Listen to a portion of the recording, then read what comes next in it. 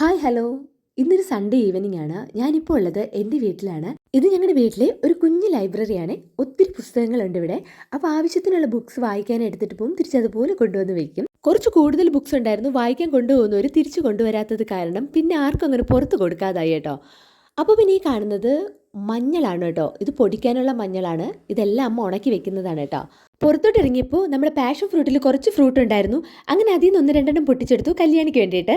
അപ്പോൾ അമ്മ പറയുന്നുണ്ടായിരുന്നു ഇത് പൊന്നിച്ചീരയാണെന്ന്. ഞാൻ ഫസ്റ്റ് ടൈമാണ് ഇത് കാണുന്നത്.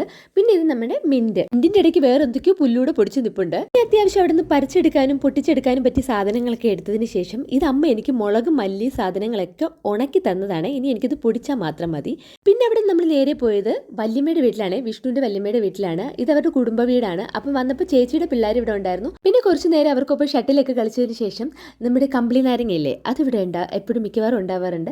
അപ്പോൾ അതൊന്ന് സൂം ചെയ്തതിന് ശേഷം ഇത് പൊന്നു വരച്ച പടങ്ങളാണ് കേട്ടോ. പൊന്നു അത്യാവശ്യം നന്നായിട്ട് ഡ്രോയിങ് ഒക്കെ ചെയ്യും. പിന്നെ ഇവിടുത്തെ പ്രത്യേകത എന്ന് വെച്ച് കഴിഞ്ഞാൽ മതിൽക്കെട്ടുകളൊന്നുമില്ലാതെ നമുക്ക് അങ്ങോട്ടും ഇങ്ങോട്ടും ഒക്കെ ആവശ്യം പോലെ നടക്കാനായിട്ട് സ്ഥലമുണ്ട്.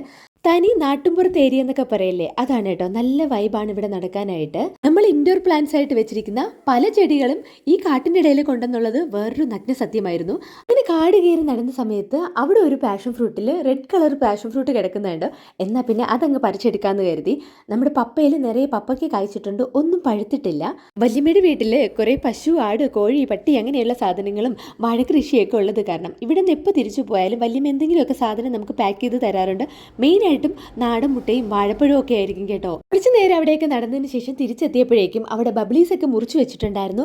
അങ്ങനെ ഞാനും വിഷ്ണുവും പിള്ളേരും എല്ലാവരും കൂടെ ഒരു ബബ്ലി നാരങ്ങയൊക്കെ കഴിച്ചു. 2-3 നമ്മൾ കൊണ്ടുപോകാനും എടുത്തു. അപ്പോഴാണ് എൻ്റെ കണ്ണിലിത് ഈ വയണയില ഉടക്കിയത്. വയണയില വെച്ചിട്ട് നമ്മൾ വയണയപ്പം ഉണ്ടാക്കുമല്ലോ, അങ്ങനെ വലിയ എനിക്ക് കുറച്ച് വയണയിലയൊക്കെ മുറിച്ച് തന്നു. അപ്പോൾ അത്രയൊക്കെയുള്ളൂ ഇന്നത്തെ വിശേഷം. വീഡിയോ ഇഷ്ടപ്പെട്ടാൽ ലൈക്ക് ചെയ്യുക, സബ്സ്ക്രൈബ് ചെയ്യുക. അപ്പോൾ ഞങ്ങൾ തിരിച്ച് ഞങ്ങളുടെ വീട്ടിലോട്ട് പോകണം.